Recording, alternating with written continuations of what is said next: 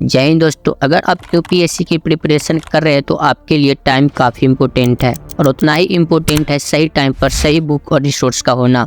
क्योंकि इस जर्नी में बहुत सारे एस्पिरेंट मल्टीपल रिसोर्स का यूज कर अपना टाइम और पैसा दोनों वेस्ट कर लेते हैं, क्योंकि वो राइट बुक का सिलेक्शन ही नहीं कर पाते। 2023 का डाटा देखा जाए तो 13 लाख एस्पिरेंट यूपीएससी एग्जाम में अपीयर्ड हुए, बट उनमें से ओनली 14,000 स्टूडेंट ही नेक्स्ट राउंड के लिए क्वालिफाई हो पाए। मतलब यूपीएससी का एग्जाम काफ़ी कॉम्पिटिटिव है, तो ऐसे में सही बुक का सिलेक्शन और भी ज़्यादा इम्पोर्टेंट हो जाता है। सबसे पहले जो चीज़ है वो है बुक लिस्ट, क्योंकि मार्केट में बहुत सारे बुक हैं और इंटरनेट पर इससे रिलेटेड काफ़ी सारे कंटेंट भी आपको देखने को मिल जाएंगे और हर बार के टॉपर भी तरह तरह के बुक सजेस्ट करते हैं। ऐसे में नए एस्पिरेंट हमेशा कंफ्यूज होते हैं कि हमें कौन सा बुक लेना चाहिए और कौन सा बुक हमारे लिए बेस्ट रहेगा। आज मैं आपको जो बुक बताऊंगा जिससे आपको मिनिमम बुक और रिसोर्स का यूज करके अपना मैक्सिमम टाइम रिवीजन में यूज कर पाएंगे। ये वीडियो काफ़ी दिन रिसर्च करने और प्रीवियस 5 ईयर के टॉपर के सजेशन से आपको बता रहा हूँ, जिससे आपका टाइम वेस्ट ना हो पाए। बुक लिस्ट की बात करें उससे पहले मैं थोड़ा आपको यूपीएससी के एग्जाम पैटर्न और सिलेबस के बारे में बता देता हूँ, जिससे न्यू एस्पिरेंट को समझने में कोई प्रॉब्लम ना होगी।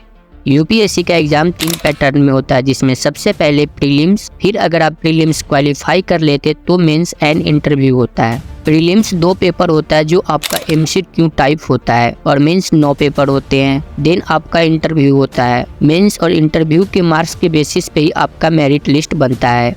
अब बात कर ले थोड़ी यूपीएससी की सिलेबस के बारे में, जो आप स्क्रीन पर देख पा रहे हो। चाहे तो आप इसे पॉज कर पढ़ सकते हो या नोट कर सकते हैं। अब बात करें बुक लिस्ट के बारे में, हिस्ट्री के लिए आपको 6 to 12 की एनसीईआरटी की बुक रीडिंग से बेसिक क्लियर होनी चाहिए, जिसमें क्लास 11th और 12th की एनसीईआरटी से आपको एंशिएंट और मेंडलीव टॉपिक कवर हो जाएंगे और ये बुक बहुत इंपॉर्टेंट है प्रीलिम्स और मेंस के लिए, तो ये आपको याद होनी चाहिए। जब ये कंप्लीट हो जाए तब आप स्टैंडर्ड बुक यूज करें, जिसमें आपको मॉडर्न हिस्ट्री के लिए स्पेक्ट्रम और बिपिन चंद्रा सर की बुक स्वतंत्रता सेनानी पढ़ सकते हैं। और अगर आपके पास टाइम बचता है तो आप वर्ल्ड हिस्ट्री के लिए विजन आईएएस का नोट्स पढ़ सकते हैं। ये बुक आपके लिए इम्पोर्टेंट है। ये बुक आप तभी पढ़ना शुरू करें जब आपका बेसिक कॉन्सेप्ट एनसीईआरटी से क्लियर हो। अब बात करते हैं ज्योग्राफी के लिए, तो ज्योग्राफी के लिए आप नॉर्मल आपको ज्योग्राफी के बारे में कॉन्सेप्ट होनी चाहिए, तो आप 11th और 12th से स्टार्ट कर सकते हैं, जिसमें आप क्लास 11th और 12th का एनसीईआरटी पढ़ें।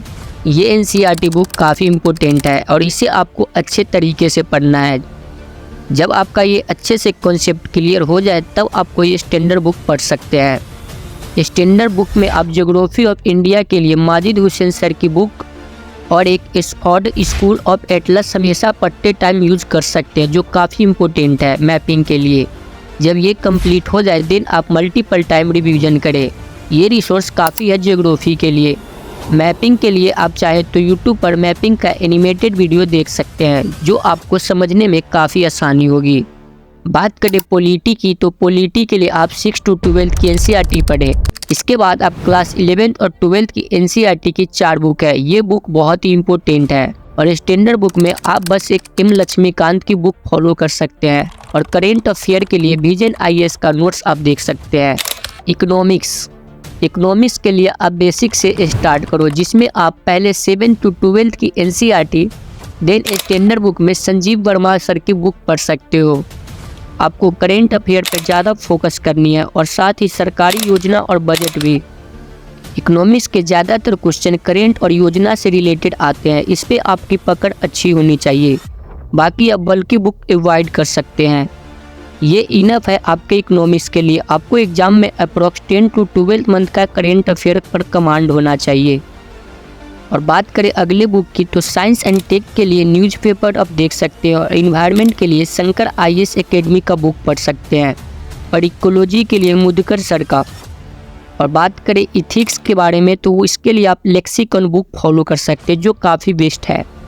और एग्ज़ाम से 3-4 महीने पहले से आप रिवीजन करना स्टार्ट कर दें और आप क्वेश्चन पेपर लगाना शुरू कर दें। और बाकी आपको और वीडियो के डिस्क्रिप्शन में आपको करेंट अफेयर सिलेबस बाकी सभी इम्पोर्टेंट चीज़ पीडीएफ दे दूंगा, वहां से आप एक बार चेकआउट कर सकते हैं। बाकी नेक्स्ट वीडियो में कौन सी टॉपिक पे चाहिए कमेंट में ज़रूर बताना।